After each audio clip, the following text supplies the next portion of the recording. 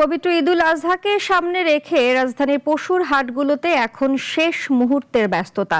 কেউ খুঁজছেন সাধ্যের মধ্যে সেরা পশু, আবার কেউ বছরের পর বছর ধরে লালন করা পশুটি তুলে দিচ্ছেন নতুন মালিকের হাতে।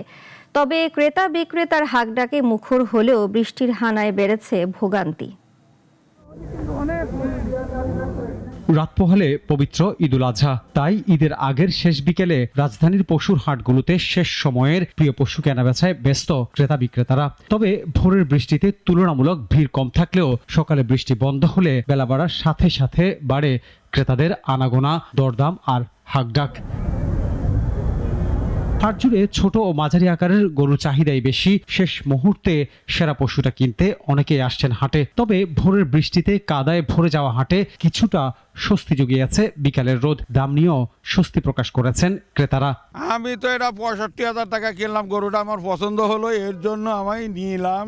দাম মোটামুটি স্বাভাবিকের মধ্যেই আছে, তার মধ্যে এই যে আবহাওয়ার কারণেও কিছুটা অবনতি ঘটছে আর কি। খামারি ও পাইকাররা বলছেন অনিশ্চিত আবহাওয়া আর বাড়তি খরচের কারণে কম লাভে পশু ছেড়ে দিচ্ছেন তারা।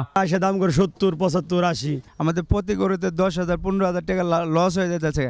এরকম লস হয়ে গেলে আমরা ঢাকা শহরের জীবনে আমো না। আর আমাদের ভাগ্য ছিল ওটাই, বাজার কম, বাজার একেবারে কম।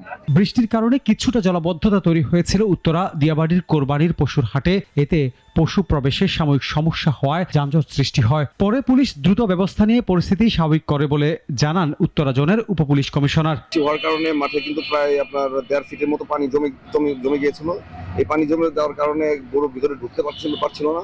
আমরা একটু নমনীয় ভাবেই আপনার তারা যেন রাস্তা থেকে আস্তে আস্তে সরে যায়, শোনার সাথে সাথে চলে এসেছি।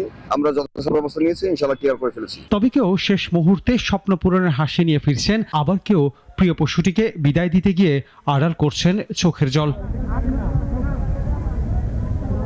কোরবানির মূল শিক্ষা ত্যাগ, সহমর্মিতা আর ভাগাভাগি, আর সেই শিক্ষারই প্রতিচ্ছবি যেন রাজধানীর এই পশুর হাটগুলো, যেখানে ধর্মীয় অনুভূতির পাশাপাশি ফুটে ওঠে মানুষের জীবন সংগ্রাম, সাধ্য আর স্বপ্নের গল্প।